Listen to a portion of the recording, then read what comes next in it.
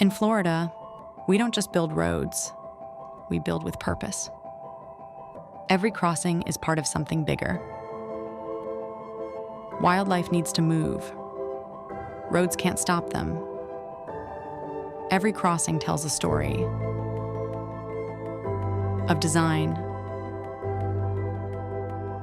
of intention, of coexistence.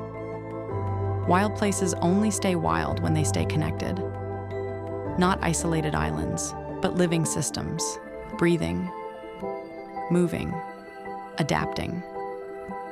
Through corridors designed to connect, every crossing is intentional. Every detail matters. Because connection keeps the wild alive. This is how Florida moves.